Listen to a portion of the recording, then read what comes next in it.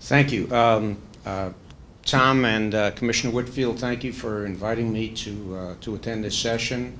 It's been very informative for me, and gracious dinner last night, and excellent company. Appreciated that as well. So we're going to take a little different view here. I'm an engineer, so we're going to talk about technology. You'll have to forgive me for that. And we're going to talk about how this has impacted and how it, that is, how advanced technology and how natural gas has impacted and might impact South Carolina. So we're going to take a little bit more of a local view here. So first of all, I'm with the Gas Technology Institute. The Gas Technology Institute is a combination of the Institute of Gas Technology, which was formed in the 40s, and the Gas Research Institute, where I came from, that was established in 1977. So we're a not-for-profit group. We're funded by gas consumers through a ratepayer recovered charge, about 25% from the federal government, Department of Energy, Department of Transportation, state R&D state R&D agencies like California Energy Commission and New York NYSERDA Group, and the private industry as well. So we get funding from a variety of sources. We are an R&D program management group. So we have about 250 people. Most of us are scientists and engineers. We have a lab shown there in Des Plaines outside of Chicago. We have residential labs shown there, commercial labs, industrial labs, NGV labs. That big tall facility there is a gasification and now a liquefaction facility, starting with anything from biomass to coal to natural gas as an output or an input, turning it into natural gas or into liquid fuels. You'll see in a second, we do, our R&D goes wellhead to burner tip, and we'll talk a little bit about each one. I want to just spend a little bit of time on supply, because we spent a lot of time on that today, and then move to the end-use sectors, where you can get your biggest impact in South Carolina, because you're not a producing state, residential, commercial, industrial, a little bit of time on power gen, and then just a smattering of work we've done on the, as Commissioner Whitfield said, on the pipeline and distribution safety area, because we consider that very, very important. Okay, so shale gas, you know, this is a 30-year effort. That when I first joined GRI in 1982, we were doing work in the Black Warrior Basin. Some of you may recall that, coal bed methane there. People laughed at us. It's also a tight formation, not as tight as shale. We did hydraulic fracturing there. We did vertical wells. If you fractured in 2 zones, you were very sophisticated. And so we worked in coal bed methane, worked in tight gas sands in Texas and Colorado. And then the shale area, we worked in the Appalachian Basin, worked in Michigan. And then we took the shale work down to the Barnett Shale. We worked with George Mitchell. We were there when on one of our co-op wells where turned the drill bit around. This was a combination of 3 technologies over 30 years. It took hydraulic fracturing, which has been around since the late 40s, but turned it from an art into a science. Horizontal drilling, so you could follow the shale seam, even if it bent and twisted as a result of seismic activity. And the 3D seismic told you where it was, of course. So horizontal drilling, hydraulic fracturing, and 3D seismic are the 3 technologies, and innovative producers like George Mitchell and Devon and others that brought this technology home. So shale, you know, coal bed methane was maybe 50 billion cubic feet a year in the early 80s. Coal bed methane is kind of peaked now. That's the dark color shown there. You can see the shale production and the light blue climbing. About 700 million was spent mostly at GRI. Department of Energy also put some funding into this, and of course the private sector effort was very, very important. So what does this mean to South Carolina? Okay, so I took 2 different views of prices. I looked at Energy Information Administration data, 2006 prices before the shale gas revolution really took hold, 2014 prices. I looked at residential, commercial, and industrial, not power gen, residential, commercial, industrial consumers in South Carolina. Those 2 differentials in price, the gas consumption, savings to consumers of gas, not power gen consumers, residential, commercial, over $500 million per year for South Carolina alone. And nationwide, savings because of the reduction in the price of gas because of the shale gas revolution of $53 billion per year, compared to an R&D cost over 30 years of $744 million. So benefit cost ratios of 80 to 1. Just real 80 to 1 per year. Just incredible returns on the research dollars, and major benefits to South Carolina. Okay, we're going to shift to end use. Folks have spent a lot of time on supply. So challenges in the end use area. First one is energy costs have kind of been taken care of by the shale gas revolution, but perversely, lower energy costs means that people are less interested, industries are less interested in high efficiency equipment, especially on a gas-to-gas competition basis. So it means that the payback for high efficiency equipment is longer. So it's an interesting challenge there. Venting is always an issue with natural gas, so venting safety of equipment. We spend a lot of time dealing with that because it's not something equipment manufacturers deal with. Gas companies care about safety, but in the house, they'll red tag an appliance if there's a venting issue, but they don't fix the venting problem. And so we provide venting guidelines that deal with some of these issues. And of course, high efficiency equipment has a lot of heat exchanger, it has a lot of sensors. It's more expensive than low efficiency equipment because it's more complicated. And gas systems, because they have sensors and they have pipes coming in, they have vents, a typical piece of gas equipment is more expensive than a typical piece of electrical equipment. Everything else being because the electrical equipment is simpler. Gas systems has to be more efficient, and will happen to be more efficient from a full fuel cycle basis, and we'll look at that a little bit later. But so first, cost is a big challenge with gas equipment. We try to keep that down. Attracting new industries to South Carolina. So we talked a little bit about the onshoring. There's been some studies done. At least half a dozen companies have come to South Carolina in the last couple of years. Two things were cited. One is the lower labor costs here. Lower energy costs in the U.S. were one of the reasons for the onshoring. Major difference. And we're talking about energy-intensive industries here, and so we're talking about feedstocks. We're talking about fertilizer. We're talking about other areas where you use a lot of energy as a percentage of the value-added cost of the manufacturing. So major opportunities, and we'll be talking about some of the technologies there. We mentioned 111D today. How many people are familiar with 111D?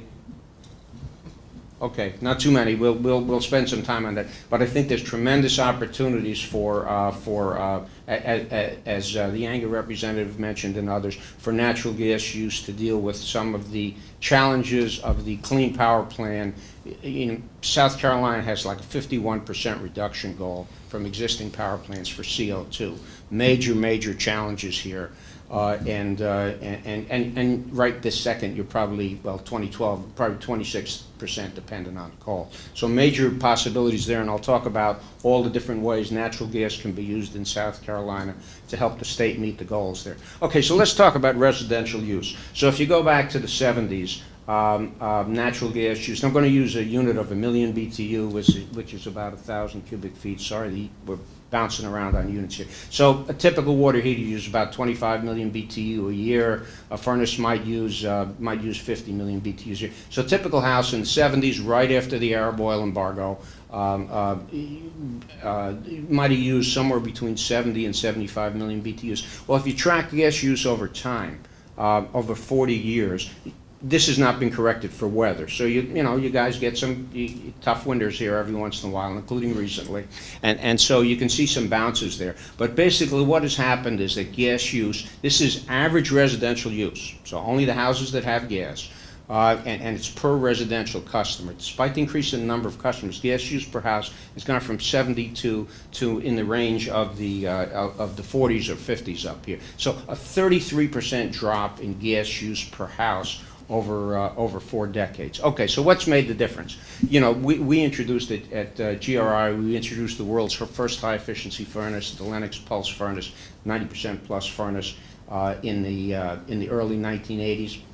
High-efficiency furnaces, not so big a deal in South Carolina. We got high-efficiency water heaters now. We got a high-efficiency condensing water heater, a Vertex unit, 90% plus efficiency. The tankless water heaters, I know some folks have that now, 92% efficient water heaters. Obviously, you have energy efficiency programs, demand-side management, and others pushed by gas companies through the commission. Tighter homes, better insulation. In the early 70s, hardly anybody had insulation. So all these things make a difference. Warmer weather, well, talk about last winter. I don't think the weather is a lot warmer than it was, you know, in the 70s.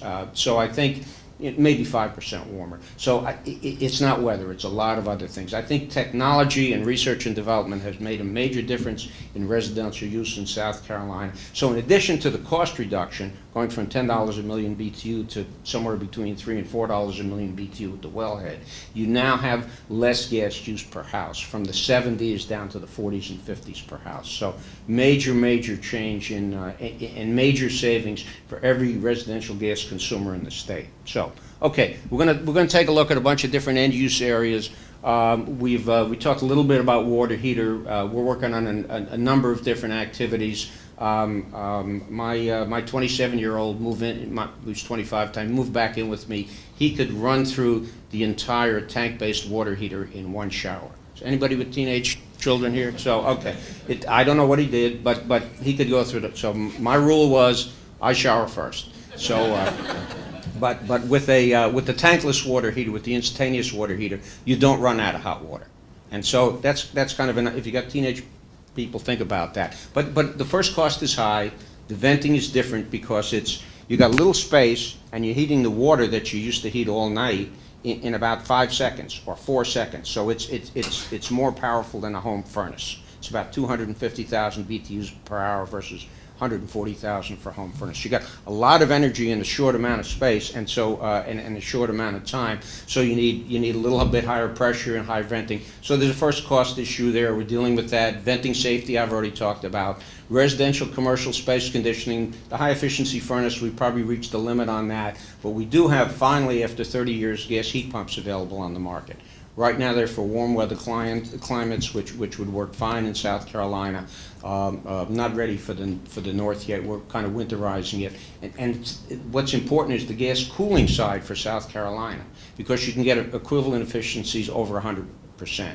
And we're not breaking any laws of physics, I promise you, but you can do that. And a lot of different industrial processes, boilers that are over 90% efficient. You'll see some examples. CHP, combined heat and power, distributed generation, a lot of different systems. We're working on some that are combined cycle natural gas systems, because you're 50% efficiency. If you can use the waste heat from a single cycle system, you can get up to 75% efficiency.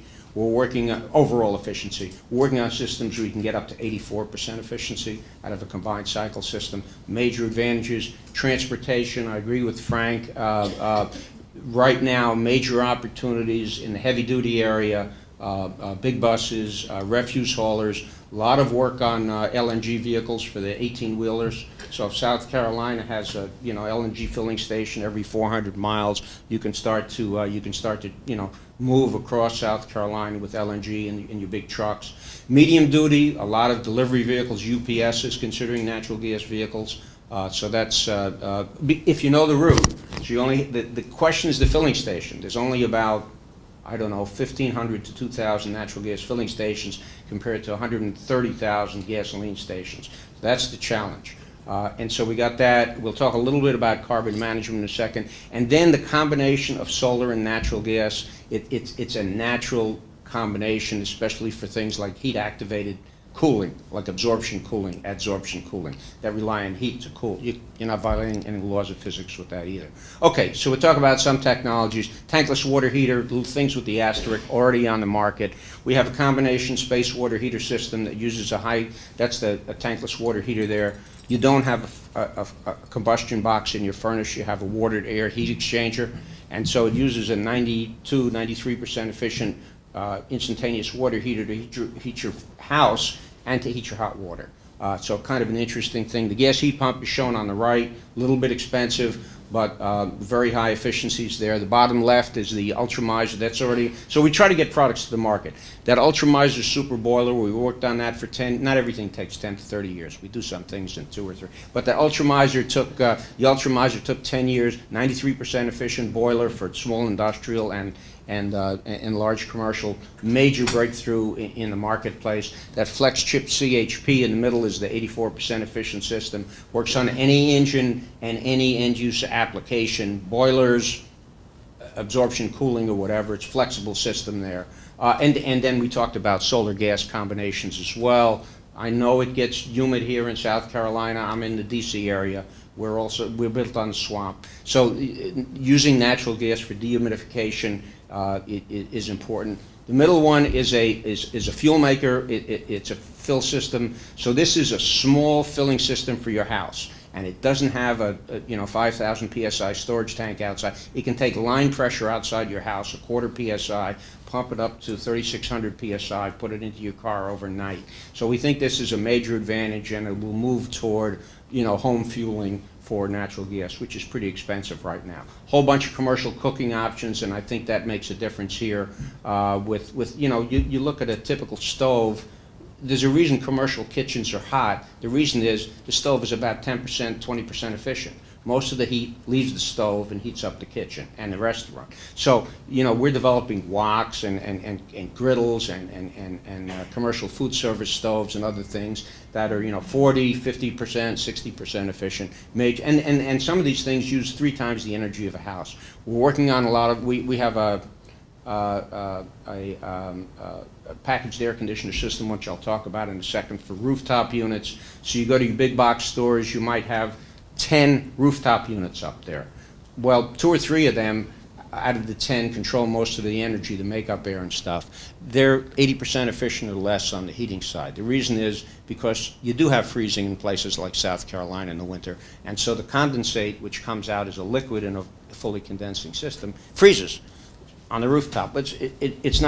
It's not rocket science. It's an engineering fix. You put heat tape up there. You bring the condensate into the building. So we're working with the manufacturer, Munters and others, to try to bring that technology to the marketplace. So all the big box stores can now push fully condensing furnaces, going from 80% less efficient to 90% plus efficient. And then we're working selectively in the natural gas vehicle space because we don't want to, GM and Ford and Chrysler and Toyota, they can afford their own R&D. So we're working with Cummins and some of the bus manufacturers and others to develop dedicated natural gas engines at different classes, 9 liters, 12 liters, 14 liters. So the engines are available that can run on natural gas, specifically dedicated to gas. This is the non-violation law of physics here, I promised you. So we have you all know about the electric heat pump water heater that has about 300% equivalent efficiency. Well, a coal plant is about 35% efficient. So when you multiply that together, your electric heat pump in your house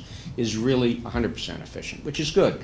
Well, the gas heat pump has an energy factor of 1.38 in your house, and you multiply that by the efficiency of the gas system, which is 92% wellhead to burner tip.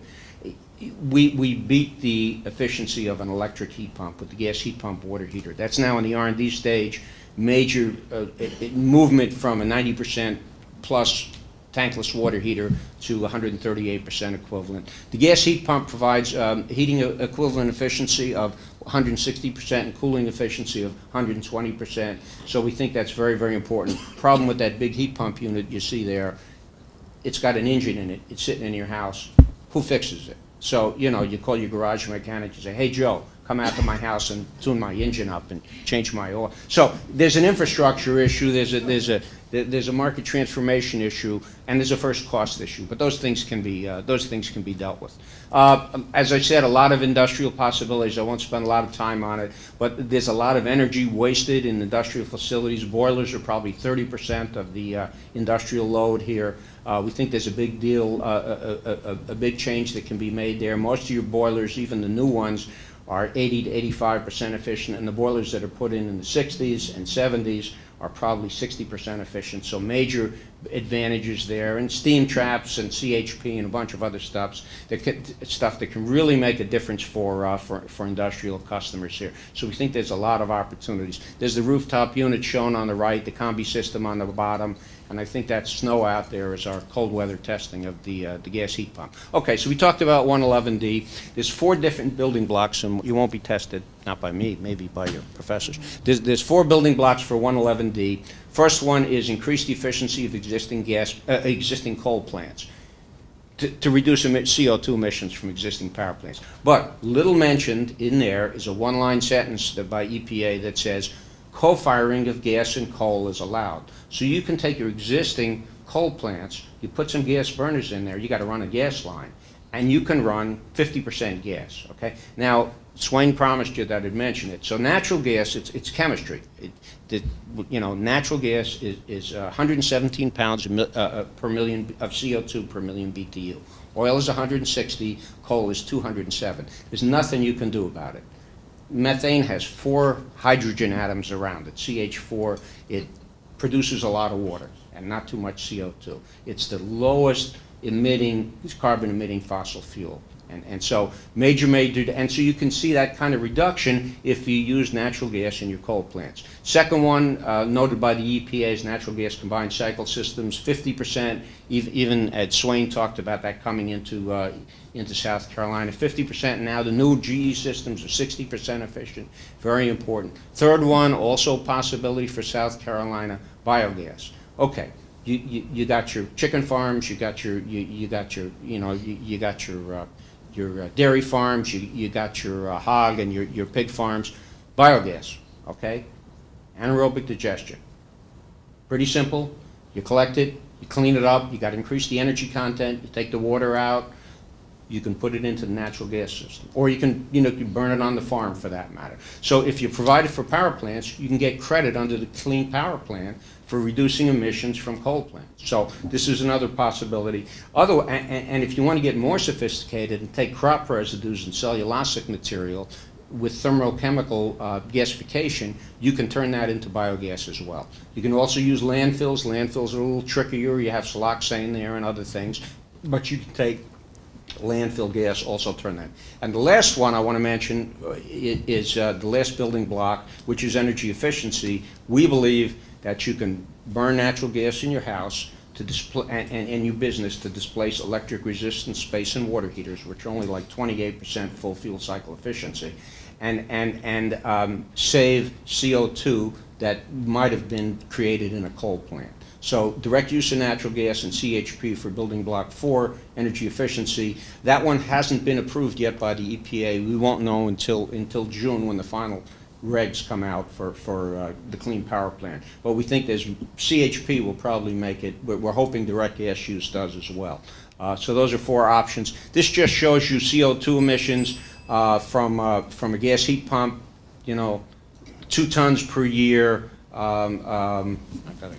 It's a little small print for me there. So condensing gas furnace might be about 3.5 tons per year.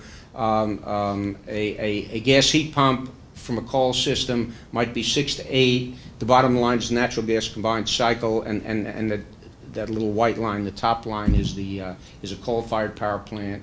And then if you look at electric resistant space and water heating, you're almost up to 20 tons per year for electric resistance. And even with the natural gas combined cycle, you're still 8 to 10. So major advantages to displacing your electric resistant space and water heating, major cost savings to the end-use consumer as well. So we think this is very important from a CO2 standpoint and from the Clean Power Plan. I'm not going to spend much time about operations, just to say that Commissioners Whitfield and Commissioners Hamilton have done a wonderful job here. You got you got 10 miles of bare steel. You got no cast iron.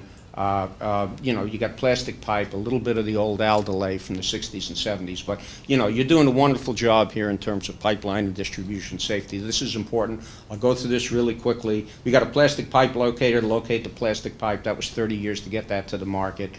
Portable methane detectors, cross-bore with sewer lines, an issue that has to be dealt with when you're laying new gas lines. So we have a cross-board best practices program. We're using a lot of GPS to locate gas systems, especially when you put them in the ground. This is where we collect R&D funding from ratepayer-approved funds. I'm happy to say that South Carolina is now one of the states that does contribute to our R&D program. And that's it. So I think there's significant opportunities for South Carolina's residential, commercial, industrial customers for using natural gas. I think South Carolina consider using natural gas to help in meeting the 111D requirements as well. So that's it. Thank you, Ron.